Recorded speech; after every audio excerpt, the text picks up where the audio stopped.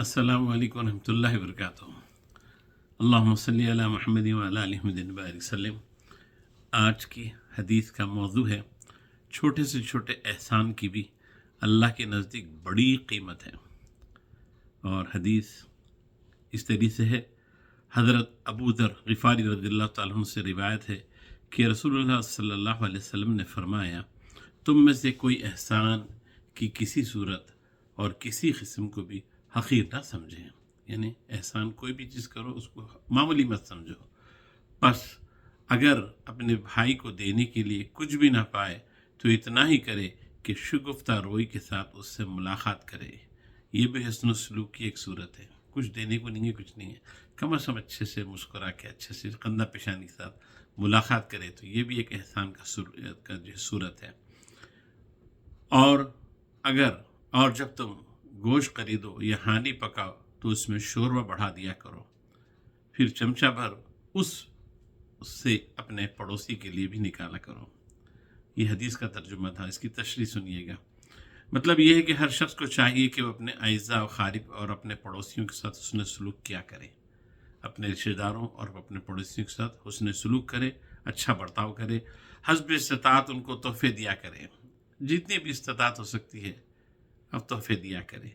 اور اگر تحفہ دینے کے لیے کوئی زیادہ بڑھیا چیز نہ ہو تو جو کچھ میسر ہو وہی دے دے، چھوٹی سی چیز بھی کیوں نہ ہو برابر دینا۔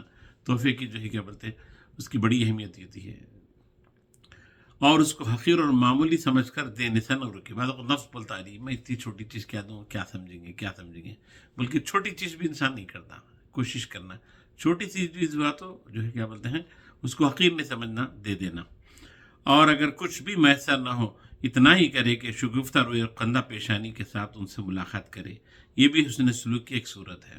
ٹھیک ہے، کچھ دینے کے لیے کچھ بھی نہیں ہے، کم از کم جب ملاقات کرے چہرے پہ مسکراہٹ لا کے اچھے سے ملاقات کر لو ہے۔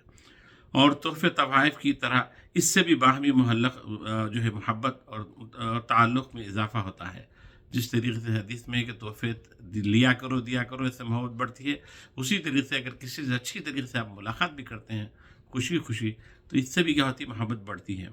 اس کے علاوہ اگر غریب اور نادار آدمی بھی اتنا تو کر ہی سکتا ہے۔ دیکھیے آخری پیرامیٹر سمجھا رہے حضور صلی اللہ علیہ وسلم کہ جب کبھی گھر میں گوشت پکے تو اس میں شوربہ کچھ زیادہ کر لیا جائے اور کسی پڑوس کے گھر بھی اس سے بھیج دیا جائے۔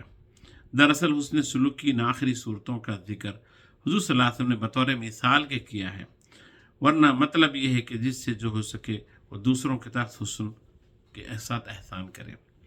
تو ان حدیث کے اندر 3 چیزیں بتائی گئی ہے کہ آپ جو ہے حسن سلوک کیا کرو، اور حسن سلوک کے جو اس کا طریقہ یہ ہے کہ آپس میں کوئی نہ کوئی مواقع پہ کچھ نہ کچھ موقع ہوتا رہتا ہے، کچھ نہ کچھ تحفے لیا کرو، اس سے محبت بڑھتی ہے۔ نمبر 2، کسی کے ساتھ بھی پڑوسی رشتہ دار وغیرہ کے ساتھ خوشی سے خندہ پیشانی سے مسکراتے ہوئے آپ بات کریے، اچھے الفاظ استعمال کیجیے، اچھے القابات استعمال کیجیے، اس سے بھی کیا ہوتی ہے، محبت بڑھتی ہے۔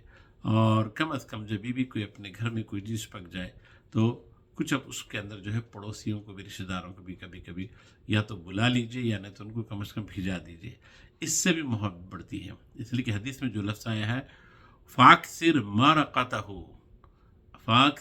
رقتہ، شوربہ زیادہ کر لیا کرو۔ یہ مارقہ دراصل یہ عربی لفظ ہے، مارقہ شوربے کو بولتے ہیں۔